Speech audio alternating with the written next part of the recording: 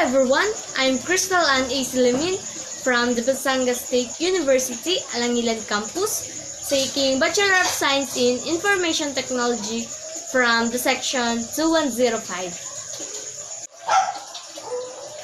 This video is all about the summary of the chapter 8. So the chapter 8 is all about the subnetting IP networks. So designing, implementing, and managing an effective IP addressing plan ensures that networks can operate effectively and efficiently.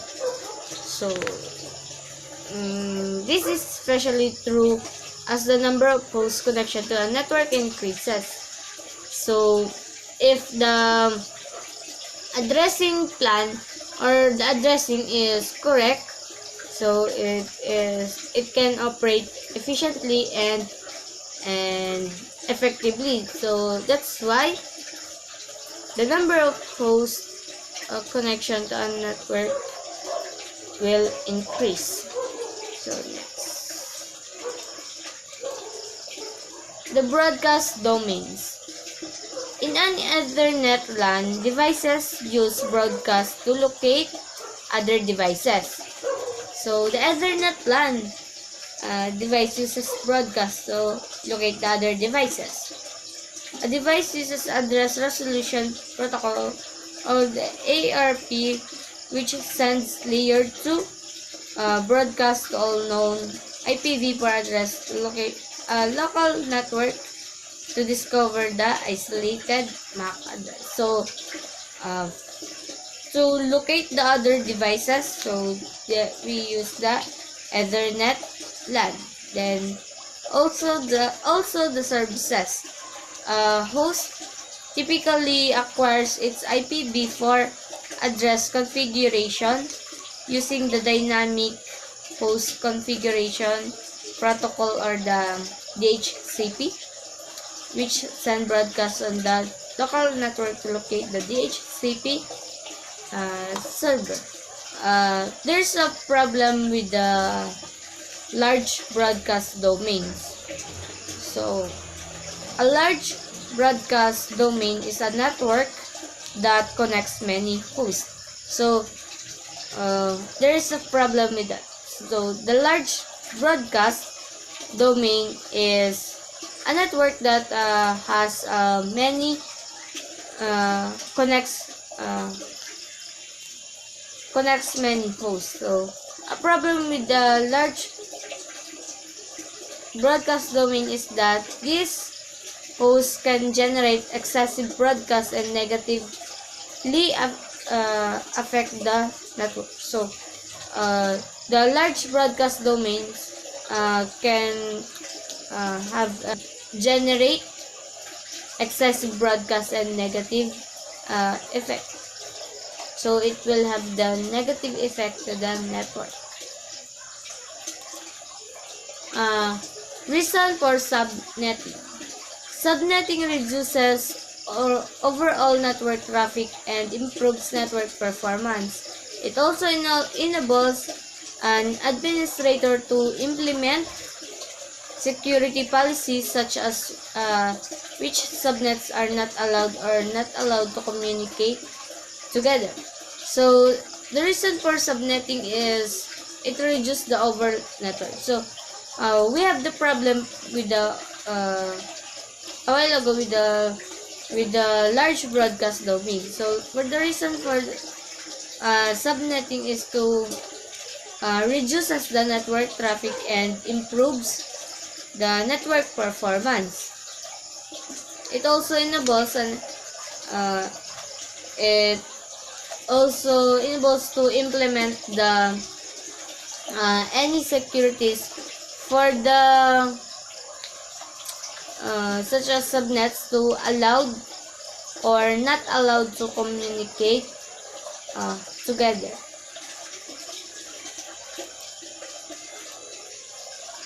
Octet boundaries. So every interface on a router is connected to a network. So every interface in the router is connected to a network. The IPv4 address or subnet mask configured on the router interface are used to identify the specific broadcast domain. The IPv4 or the network interface version 4 and the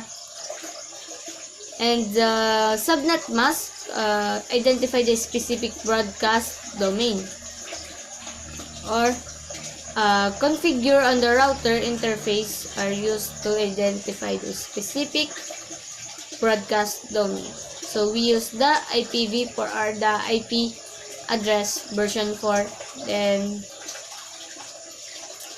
the subnet mask. So in packet tracer, we are putting the IP address and the subnet mask. So the default subnet mask is 255.255.255.0. So it's 3255 then .0. Subnetting the octet boundary. So to understand how subnetting on the octet boundary can be useful, consider the following example.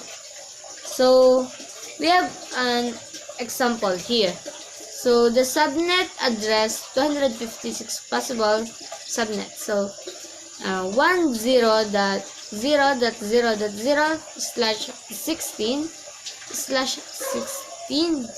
Then the host range is 65,534 possible hosts per subnet. Then the 10.0.0.0.1 up to 10.0.0.255.254. The broadcast of this is the 10.0.255.255. So assume an enterprise has chosen the private address. So this is a private address 10.0.0.0/8 is an internal network address. The network address can connect 16,777,214 hosts in one broadcast domain. Next is the class subnetting. The example seen so far borrowed host bits from the common /8, /16, and /24. So the /8, /16, and /24 are the prefix length. So that is the count of the number of 1 in the subnet mask in binary. Then however, subnets can borrow bit from any host bit position to create other masks. For instance, /24 network address is commonly subnetted using longer prefix lengths by borrowing bits from the 4th octet. So they can borrow bits. Classless subnetting. Example, to understand how subnetting at a classless level can be useful, consider the following example. So, consider the private network address 192.168.0/24. The first 3 octets are displayed in decimal, while the last octet is displayed in binary. So, I have here the example. The address is 192.168.0/0000000. So we can see that the first octet, which is the 192, is in binary and is in decimal. The 168, the second octet, is also in the decimal. Then the next one is 1. So So it is also in the binary or decimal. It's in the decimal. And the last one is the host portion, is which is the 8 zeros are in the binary. And creating two subnets. To see how a /25 subnet is applied in a network, consider the topology in figure 1. So I have here the figure. So IPv4 network addresses is 192.168.0.1.0 and contains all 0 bits in the host portion of the address. The first IPv4 host address is 192.168.1.1. So the first IPv4 host address is 192.168.1.1. The last if we have the first IPv4, we have the last IPv4. The last IPv4 host address is 192.168.1.126. Then IPv4 broadcast address is the 192.168.1.127. So we will summarize that. So the IPv4 network address is 192.168.1.0. So the first IPv4 host address is 192.168.1.1. Then the last IPv4 host address is 192.168.1.126. And then the IPv4 broadcast address is 192.168.127. So the subnetting formula. So to calculate the number of subnets that can be created from the bits borrowed, use the formula. We have the formula here. Then 2 raised to the number of the bits are borrowed. Creating 4 subnets. Using the formula that I said a while ago, the 2 raised to n, which is the n which is the bits borrowed. So to create, we will put the value of n as 2. So it will become 2 raised to 2. So 2 raised to 2 is equals to 4. So 2 is the 2 borrowed bits. So the 4, it will become 4 subnets. We create the 4 subnets. The specific of the 4 subnets are the resulting subnets /26 or 125.255.192 is used by all the 4 subnets. Creating subnets with a /16 prefix. So we will just create the subnets with /16 prefix. The /16 is the number of 1 in the binary. An IPv4 network is required that has more host bits to borrow from.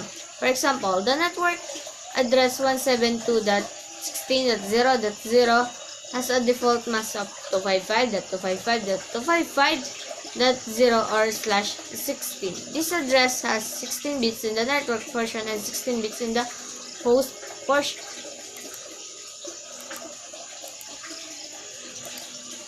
Calculating the host. So to calculate the number of hosts each subnet can support exam. So to compute that, we will use also the 2 raised to n. We will use the 2 raised to n just like we did in creating the subnet. So we will now use also in the to calculate the number of hosts. So if it is 2 raised to n, our n is host bits remaining. So, like for example, 172.168.0.00000.0000000. Then we have the 9 bits remain in the host field.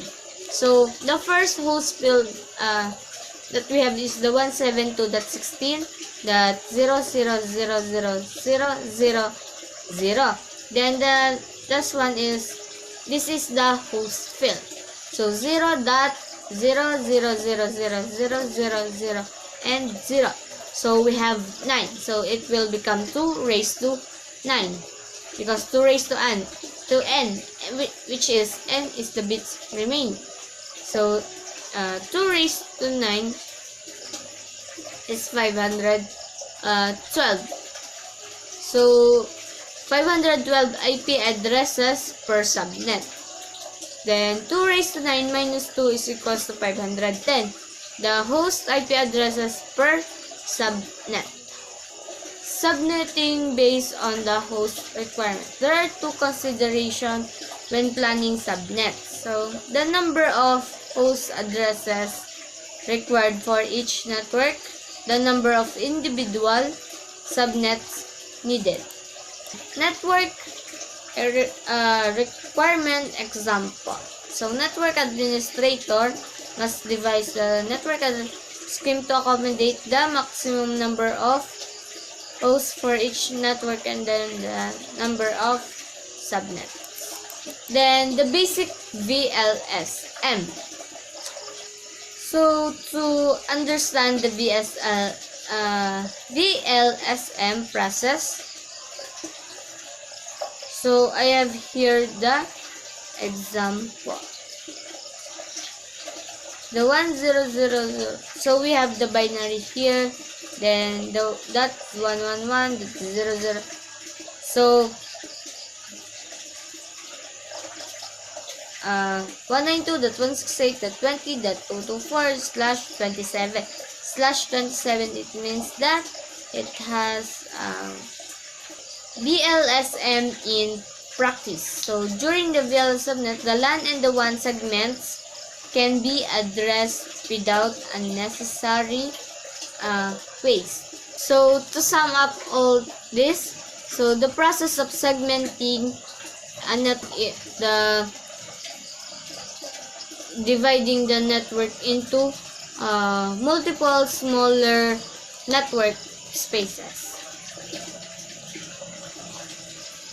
Subnetting subnet or using a variable length subnet mask or the VLSM was designed to avoid the wasting addresses. So to avoid the wasting addresses, so we use the VLSM in subnetting a subnet.